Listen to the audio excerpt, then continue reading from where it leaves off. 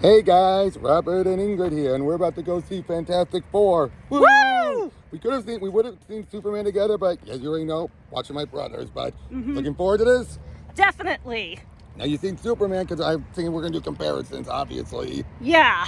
Yeah, but yeah, I'm hoping this is gonna be the best Fantastic Four movie they've done, because first two, all right. Fan-four-stick, like really bad. So let's go in. So we'll see you guys afterwards.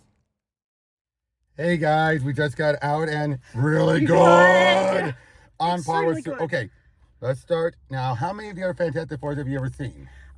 I think I've at least seen 2 of the previous movies. Like, I have this extremely specific memory of watching Rise of the Silver Surfer in, like, a hotel TV when I was a kid. And the original one as well, correct? You just not seen Fan-four-stick, right? Yeah, and from what I hear, it's probably best that I didn't. I think I actually, now that I think about it, I think I saw, like, Bits of one it? of them in theaters. Probably the original. Yeah, I probably saw the original in theaters, and it sounds like the one I missed is probably better than I missed it anyway. Oh yeah, but yeah, I was like best out of all of them, bar none. They nailed. Now I would say the original and 2 nailed a lot too. That had some good groundwork, so it's not like that was terrible. Fan-four-stick, utter trash, to the point where Marvel made a joke about killing off the actors except for 3 of the actors, just not Michael. But okay, but basically, much like Superman, these are both. Now, how does this compare to Superman? They're on par, completely on par. And that includes there's some issues we're gonna have. Hold on, I'm gonna turn on the car. Alrighty Hold on then. to the phone. Yep. But you start. Well, I'll just say, much like Superman, we start there. We get a bit of their origin, a little more origin than Superman did, but for the most part, it's in media res. Yeah, but I really like how they established it this time, because they did it through a lot of, like, media in universe. Like, they're getting interviewed on, like, a late night talk show, which is the kind of thing where it's like, I'm pausing. Sorry about that.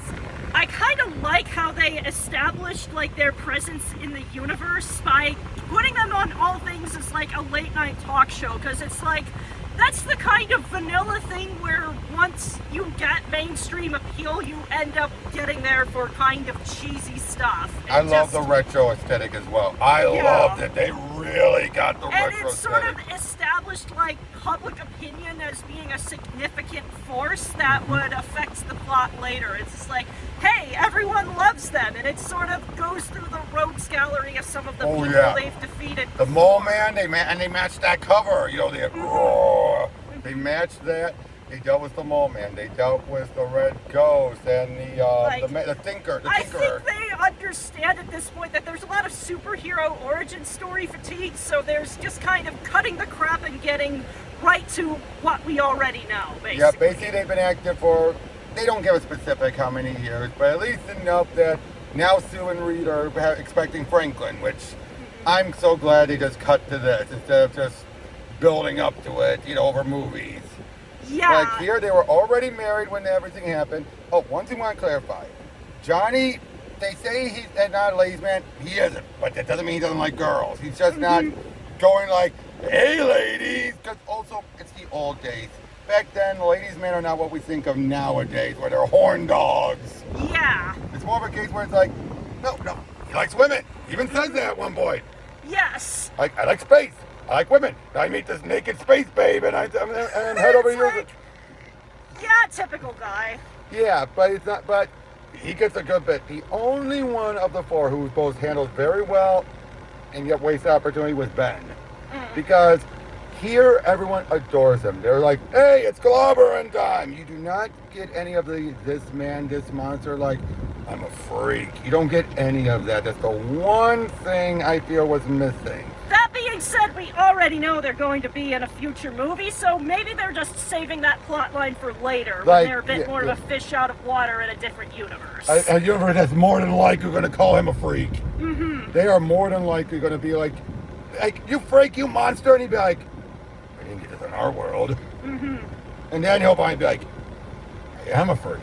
Yeah. If the Russos handle that well, who knows? But Okay, but yeah, we are dealing with both the birth of Franklin and the Galactus. Oh, Galactus and I just nailed it. gotta say, I just knew my man Ralph Ineson would kill it. And he did, and better than the Cloud.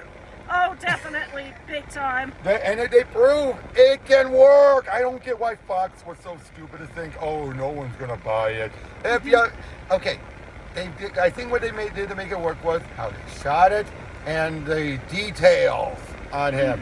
If they made it look like a fabric suit with like a flowing fabric, I'm like, no. Yeah, no, they made it look like it was a whole bunch of alien technology, which was exactly what they should have done for like an extraplanetary threat that just looked that menacing. Because it's just like, I have seen some other stuff with Galactus, and it kind of looked goofy and made it difficult to take seriously, but they absolutely nailed it here. Oh, and Shalabel as Silver Surfers of Nolan Rand, they gave some good explanations here because it ties back to Johnny.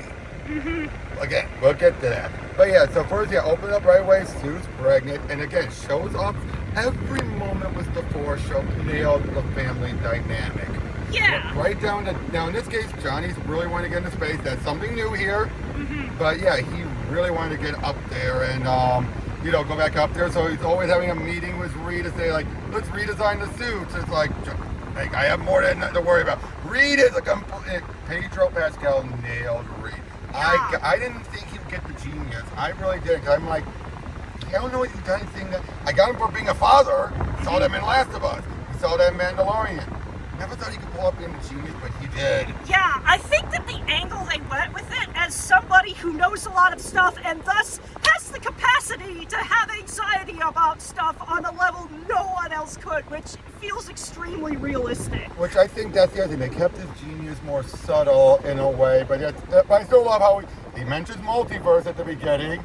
Love that. And then it's like, he's doing it to all these kids. Anyone want to see something blow up? Yay! Yes, that was absolutely amazing. That was just like, anyone want to see anything blow up? He's like, I got myself out of the way. I'll entertain the kids now. Because I think he knew. He was probably hoping someone would be like, but none of them. So he's like, let's go to blowing stuff up. I love that. I'm going to double check again to make sure things did. Sorry about that, guys. New phone, new features, other details. Just want to make sure everything's fine. But yeah. Oh, Sue was really well handled. They really showed off her partner powers more than ever here. That was one downside with all the times in the past. They never really gave a chance to showcase her powers to their fullest potential. Here, we could have been invisible. Her making parts of her invisible, where we actually see little Franklin developing in her. That was sweet. Yeah. But then even by the end, we actually see her cheek and shove Galactus. And it killed it. It does, but one thing I really liked is how they did cinematic parallels between her giving birth to Franklin and the amount of force she exerted in order to repel Galactus. I thought that was really good. She was pushing hard both times. Yeah. Well, she was. but yeah, basically, Galactus wants Franklin. They're keeping what has been established in the comics that Franklin is destined to be his successor. He is destined to outlive everyone, and then by the end of this universe, he would then be the Galactus in the next universe. It's in cycles. That's what always happens. And of course, you want to know who the backup plan is if Franklin can't do it? Mr. Immortal. Literally, his power is he can't die. Of course. He's meant to be the backup plan just in case something happens to Franklin. But that's his destiny. But here, because he has such great power, Galactus, of course, wants to satiate his hunger. Which, if that's one of the other bits, that's the one thing I want to say in this movie. He needed a little more time to flesh things out just a little bit more. So it's satisfying for general audiences. Like, they could have stuck an additional half hour onto this movie, and I think it could have been fine. Because one, yes, he wants to satiate his hunger, but we don't get the vibe that he wants to let go of the hunger. You don't seem to bring it up. It's like, he can satiate my hunger. It's like, and? Why? You know, like, you're already eating everything. Oh, Although you could make the argument that it's kind of like this one post I saw online where a valid way to get rid of a cursed artifact is just to pass it on to a child. True, but in this case, it's already his destiny. So why would he want to cut it off and basically be like, instead feed off of him? That's different. He's not. I guess I read the movie differently than you in that case. Well, I'm just going off of what the comics is. Which basically he is destined to, when our universe ends, it's the way it works for Galactus. He was the last survivor of his universe. And when it died, he was the sole survivor, and then was brought into this universe as the devourer. Franklin is destined to do the same in the next universe. That's what he means by his successor. So he can't pass it on in this universe. He has to pass it on in the next one. All right. So that's how it works. But here, Galactus is deciding, you're destined to succeed me. That means you have great power already. I'm just going to consume you so I can get rid of my hunger. So basically, he wants to replace, satiate the hunger permanently by draining a future Galactus, basically. I'm cutting corners on that, but that description is basically what it is. But of course, they're not going to do it. Yeah. They are not. And I gotta say, the action in this was great.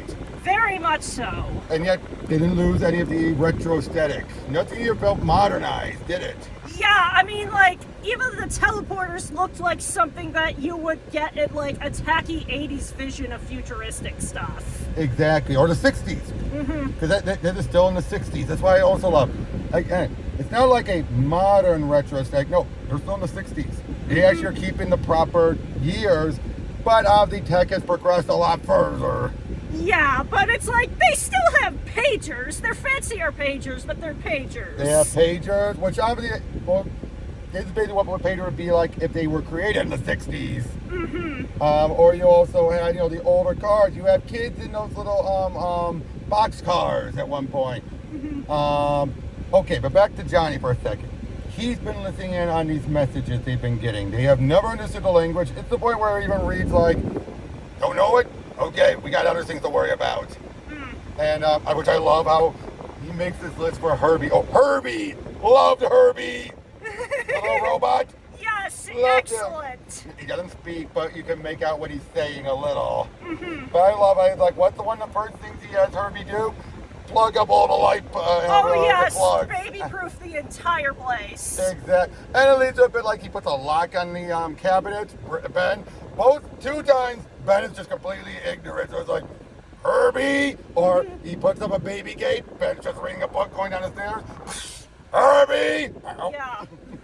But, I also like how they didn't make him necessarily like a complete blockhead either. They made him one of the more emotionally intelligent members of the crew. Oh, you mean Ben, right? Yeah. Oh, exactly. And that's usually something both he and Sue share.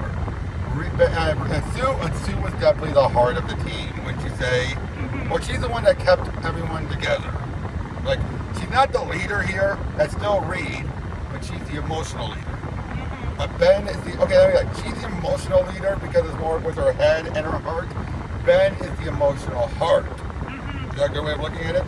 Yeah. But like, one's more cognitive empathy, one's more effective empathy. Exactly. But then, like I said, they're trying to Johnny's been finding this message. Now, of course, Silver Surfer shows up, gives their message to the whole world, and then Johnny chases after her, and then she speaks in the language he's been listening to.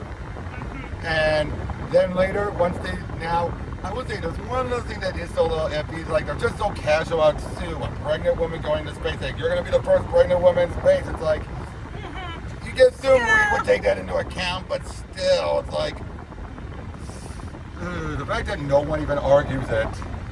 Yeah, that felt a little bit off. Now, granted, it's in the 60s, no one even could think about that. Like, oh yeah, pregnant woman in space. Yeah, they're not thinking about any consequences to that, because this is back before, you know what I mean, like back in the where like, let's get something up into space.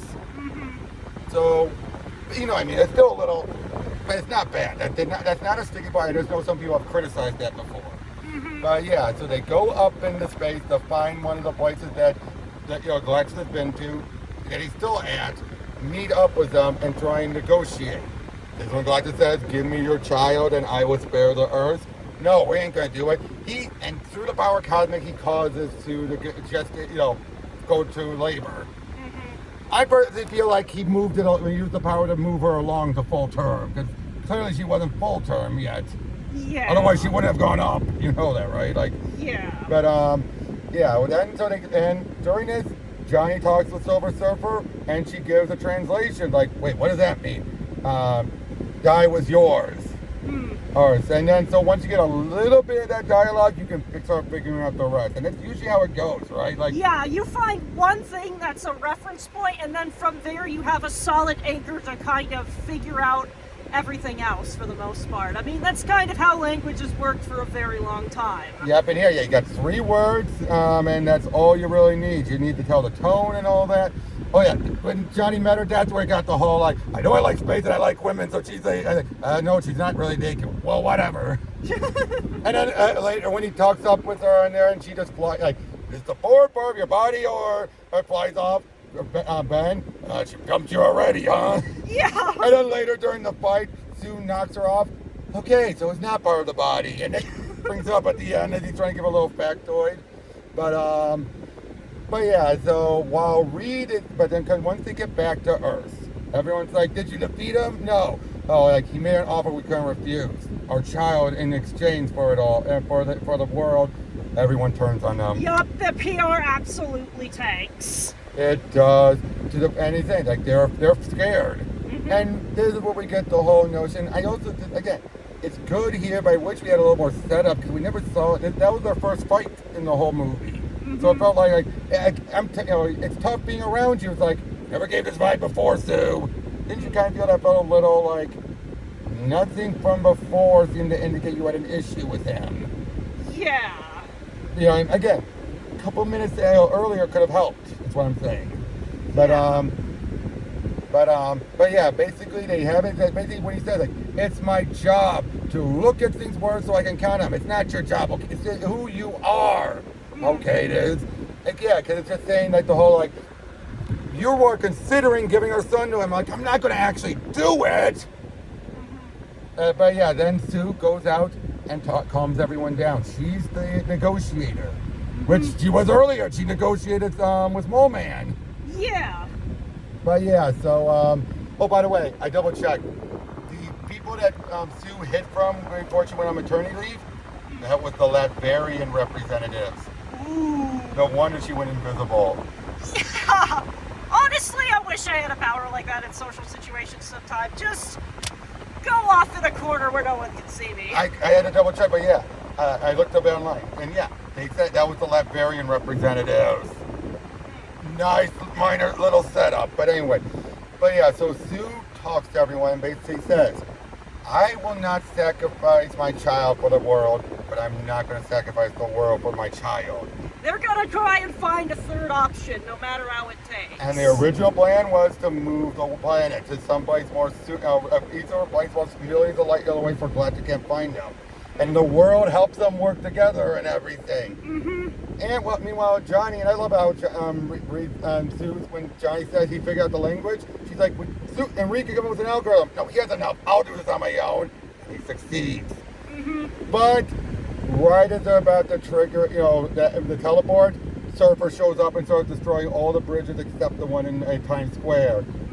Which leads to Johnny confronting her, and this is where we get a bit of her backstory. Again, there is no Norin Ranch. She had and Shia LaBeouf had a daughter, was willing to sacrifice, become the Herald and everything. And then Johnny got the messages from all the dying worlds and bombarded her with it. And then she flew off. Now, first she said, give up the child, and later she said, leave with the child. Then she leaves. Yeah, we'll get to the problem later. But then Reed gets the idea of, with all the energy we've had conserved. Oh yeah, Ben's also getting a big beard because he couldn't. Apparently, in this world, a beard could come from the rocks, and he had to. I found that was interesting, to give him a bit more of a distinguished look. Oh yeah. And their explanation, of course, is they had to cut off, they had to cut off the power so they can get it all ready for the device. Because any other time it would just blow fuses, so the entire world shuts off. Probably use backup generators, I bet you, for emergency places, probably. But and with all that, but so he can't, shave or anything. Yeah. So Reed decides, we still have all the energy we stored. We could have 37 seconds of opening the portal and send Galactus away from his ship, and we'll have to use Franklin as bait. And again, there's that other moment. She's like, Sue, I know, and then we see her later completely fine. Then it's like, what did we miss? Yeah. That did feel. Again, I know I'm nitpicking, but when you look at it, there is some stuff where like some of the emotional beats are skipped. Am I wrong? Yeah, I agree. They could have added on a half hour to this movie and it would have been fine. Yeah, because you know what I mean. Like she yelled at him, disappears, and then we see him with Franklin in a stroller. It's like, how do you get from there to there? Felt like she was mad at him more than the situation. But yeah. So their plan is Galactus shows up, and boy, howdy, was it incredible! Oh. They evacuated everyone, thanks to Mole Man, to put him under Terina, which I liked. That was good. Yeah, and it's just like, hey, he's gonna start with the inside of the planet, so yes, this concerns you too. Exactly. And of course, it's like he's more jabbing him to be funny, but it's like you're pushing the wrong buttons, Harry. So yeah, everyone's evacuated. So Galactus can stomp through and smash everything, all fine and dandy. And they attack him as Galactus. Now we set up. They don't realize it, but we always do that. Galactus can sense and do a scan of the place and find Franklin. They don't know that, obviously. That's kind of obvious. They didn't figure that out. So yeah, they have Franklin in right where the teleporter is. Then they distract him, do a swap, and put him back at the Baxter building. And then he says a few steps away, just stops. Clever and clever bugs.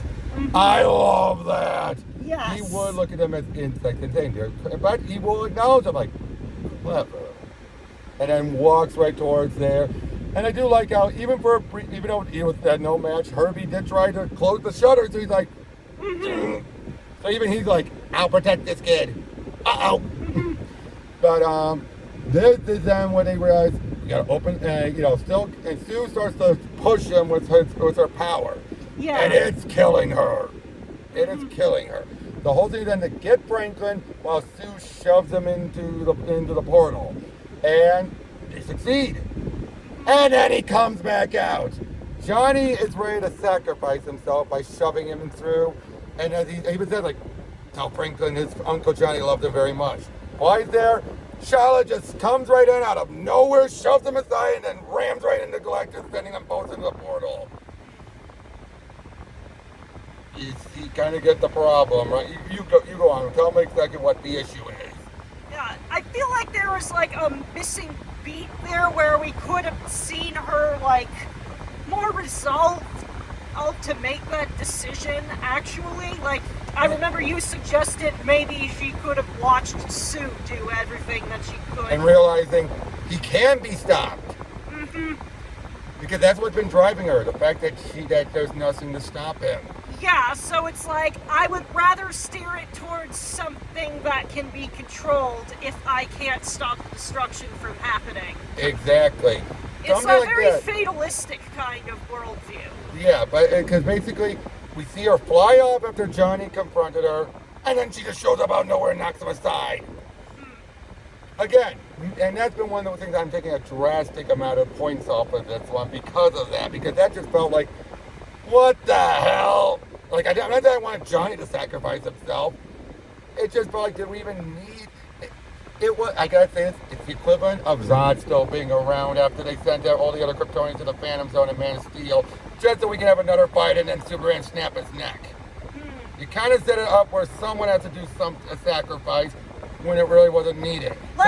Imagine this alternate ending to the movie where they do end up pushing Galactus into the hole. He stays there, and then we see Silver Surfer come look at us after the fact and kind of realizing, hey, you actually proved me wrong, and maybe then we could have the twist of her joining the crew. Imagine how interesting that would be. Or she flies out to rediscover herself, something like that. That would have been fine, but I mean, I get they wanted to give her a bit of a sacrifice. I get that, but they redemption equals death, that kind of thing. Yep, I mean, we don't know if she's dead, obviously, but still. But Sue is dead. But then, because the whole moment some people do, where let the kid hold on to his mother one more time, and he brings her back.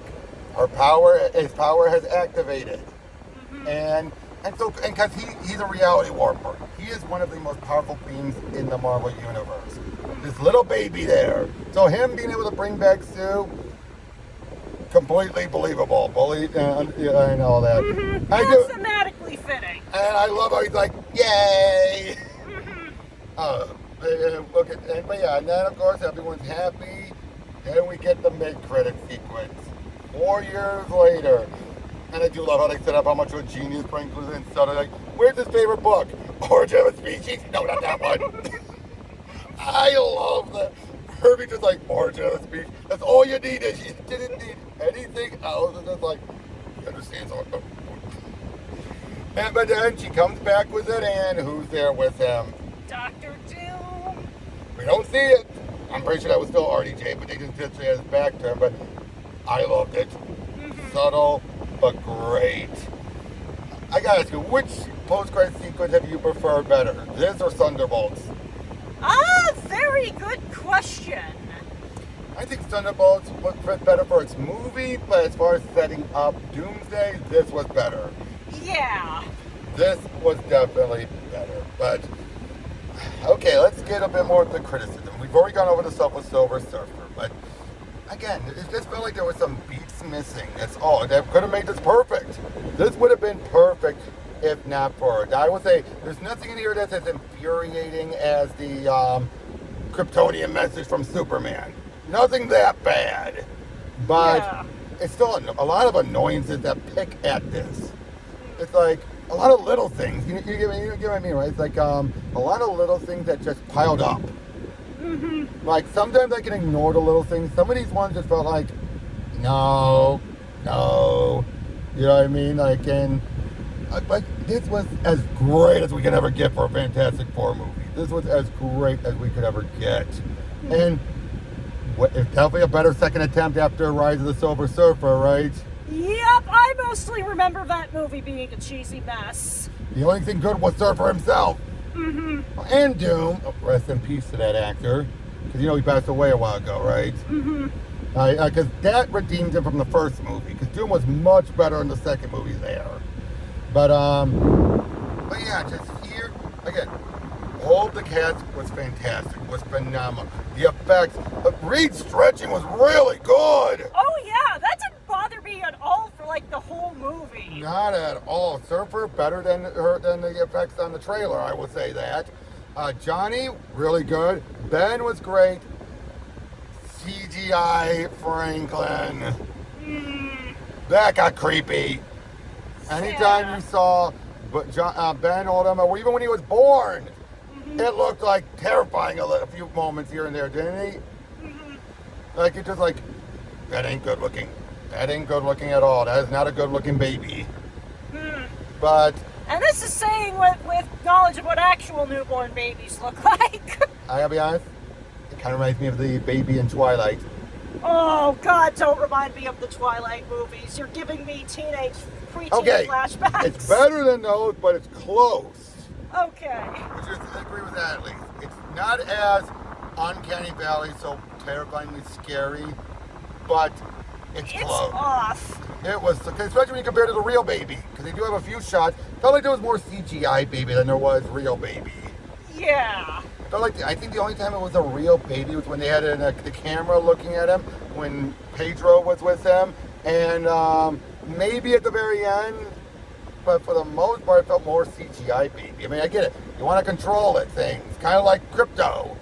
But Crypto looked a lot better. It was way better. Oh yeah, Crypto felt like a real dog. The baby here just still felt so off. Again, that would take 1 or 2 points off. The Silver Surfer, because I'm giving this basically like an 8.8, 8.9. Because that Surfer thing really bothered me. Just like, again, flies in, knocks him down, doesn't even say anything, just flies at Galactus, and then slams in. It's like, it felt like, can you explain it? Because I'm trying to get the words. It felt like they were kind of going through the motions of the script rather than properly building it up. It's like... They built everything else up very well. It's like, it's just...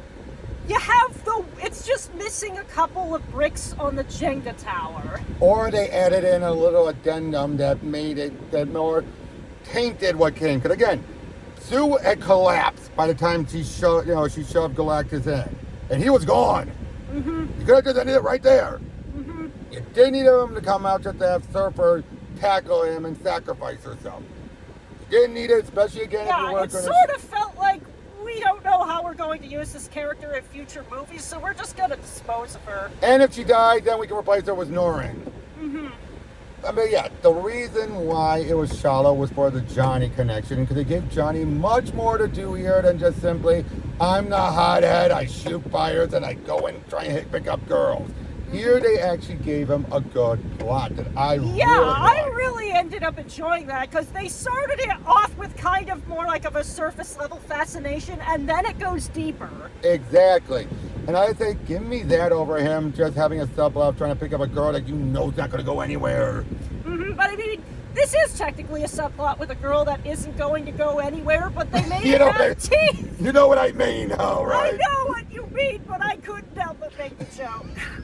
Yeah, I walked into that one, but yes, you did. Okay, a random nobody girl that has no plot relevance. Ah, yes. Basically, cheap comic relief that doesn't really integrate with the plot very well. I feel like they otherwise did the comic relief as very good and in character for the most part. Oh, really? Like the Thing trying to shave. Oh, yep. Or, it's clobbering time. Say it. I ain't say it. It's clobbering time. That's one of the things that still bothers me. The lack of a Brooklyn accent. It does, and the Brooklyn accent works with that design. I'm sorry to say for the actor. He did great. His normal voice does not fit with the look. That did it. They always feel a little off, like...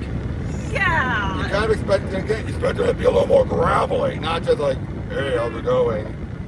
Yeah. Like, that was the one thing that... I mean, this is the same movie with Ralph Ineson in it, so clearly they know how to cast guys with good voices. Oh, yeah, and again, I could have seen... Now, did he have to... Okay, maybe not go with the Brooklyn accent, but at least add a little more graveliness to the voice. I mean, I do like the gravelly voice. Exactly. I mean, gravelly because he looks like rock. Yeah, exactly my point. Exactly my point. That's exactly why I was using that term. But, Sue was really good, and was really good. Probably, though, but and then, I'm trying to think of what other points. Again, the set design was really good, really liked how it all looked. Everything, I kept saying, had that retro design. It was so good. The stakes were really high raised. I really loved that. Yeah, I feel like they kept the tension really well throughout the entire movie, and it didn't feel cheap for the most part. Like, they gave you a sense that they were really trying to tackle a monumental problem, not just on a practical level, but on a moral level. It's just, and the theming as a whole, the music was great. He's the Incredibles composer, what do you expect? I mean, yeah, and that definitely fits on a thematic level. Fantastic Four! Yeah, I think the theming is overall something that this movie does really good, and also... I will say one thing, they brought in, it looks like they brought in the teacher character from Mark Millar's run, which wasn't that great of a run, instead of going with Alicia Masters, the blind girl. Then I can accept it, but I would have preferred if it was Alicia. But again, they were avoiding this man, this monster, which is what Alicia represents. The whole notion of her being blind and loving him for who he is. Where you're having a girl here who doesn't even care because the world doesn't care who he is. He can be with a normal, non-blind girl. I don't like how that implies. Yeah. You know what I mean? It's like, I don't know how much of that was their own choice and how much that was Disney saying we don't want things to be too sad. Again, little things, little issues here and there, but again, I don't think we say anything else more about this. Yeah, I think we've said basically all we can say. Basically, the nitpick keeps it from being perfect, but it's still an extremely solid movie. So the final 8.9 is what I'm giving it. And for overall the superhero movies in July, holy shit, 2 cakes. 2 cakes, definitely 2 cakes. This and Superman really helped. And I gotta say, one last thing. I think making this be a separate universe, it helped it out so much. Because you can have a world where everyone's in favor of it. And you can have Galactus show up. As for one, having it be a separate universe, you don't have to now retcon them into the MCU's past. You can have a world that's custom designed to Reed's intelligence, where it's affected by, how he's sharing all of his tech. And you could have, the threat show up and just have the 4 deal with it. You don't have to have Thor, and that's all the 4 show up. You don't have to have Thor or anyone else show up. That, I think, works really well. Making its own thing, and then they can meet them, and who knows, maybe trans over. But I'm still curious how this is going to lead into the post-credits we saw from Thunderbolts. We saw the ship. You think Doomsday's going to take Franklin? They're going to go after him? Maybe. Because originally I thought Galactus was going to destroy the world. It's going to be a sad note. When I saw that, didn't that give you that vibe going into this, that maybe they lost and they're trying to escape? I'm glad they didn't, but that's what I went into this movie assuming. And so I'm like, okay, how do we get from A to B? Probably won't be until the movie. But either way, I am psyched. Superhero movies are so back. They are. So, see you guys in the next one.